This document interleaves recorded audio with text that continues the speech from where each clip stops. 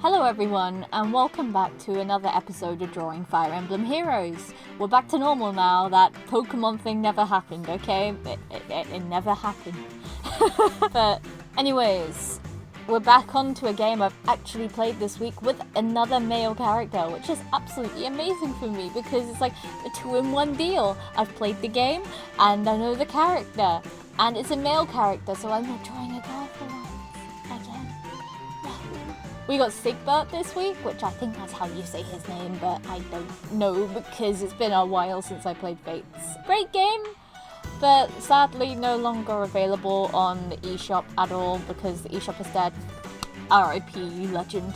So if you want to play Fates now, you unfortunately have to buy a physical copy, but you can't play the DLC, so no Era Fates for you, unfortunately, which is kind of sad because it's just blocked off a whole bunch of gameplay that you could have played and you could have experienced a whole nother story, but no.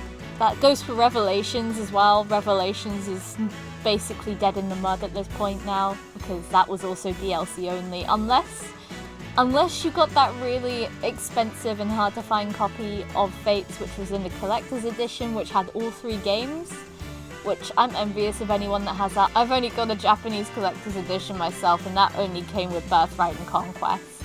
No Revelations here, so, you know, swings and roundabouts, I guess. Yeah, Siegbert is one of the child units in Fates, which he's the son of Xander, and, you know, Xander's the crown prince of Nor and all that, and it's a bit weird how Fates worked because the kids don't work as they did in Awakening, where in Awakening they came from the future, which explains why they're all grown up.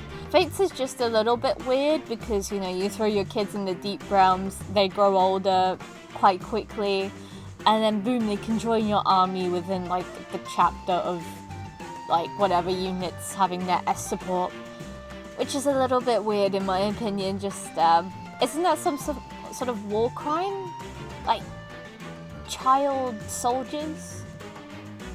I mean, Fire Emblem in itself commits a bunch of war crimes in the stories, and that's a story for another day. But I just find the Fates children a little bit weird compared to Awakening.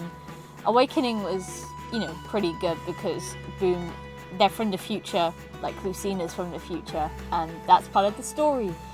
Whereas Fates was just there. Anyways, yeah, Fates, I enjoyed it, even though it was really bad in some respects. Like, the story was a little bit hit and miss. The characters were great, surprisingly. I think some of them had potential to be even greater, like Xander, for example. There's a really good documentary out there about how Xander would have been such a good character had the writing been better. But alas, Fates. So yeah, if you can find Fates for cheap, I do recommend sort of playing it. Probably Conquest, because that probably has the best story out of all 3 of them. Then Birthright, and then Revelations, but like I said, you can't get Revelations anymore, unfortunately. Revelations isn't available anymore, unfortunately. There are ways to get it legally, but you're just having to spend a lot of money.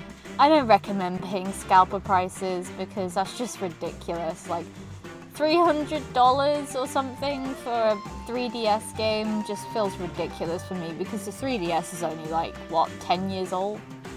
It shouldn't be that much, man. I know it's a collector's edition, the collector's editions are different, but this is a whole thing that I'm not on board with. Just sell your games for retail value.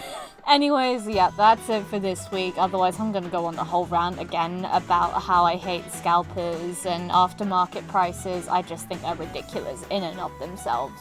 Anyways, that's it. Otherwise, like I said, I'm going to go off on a tangent.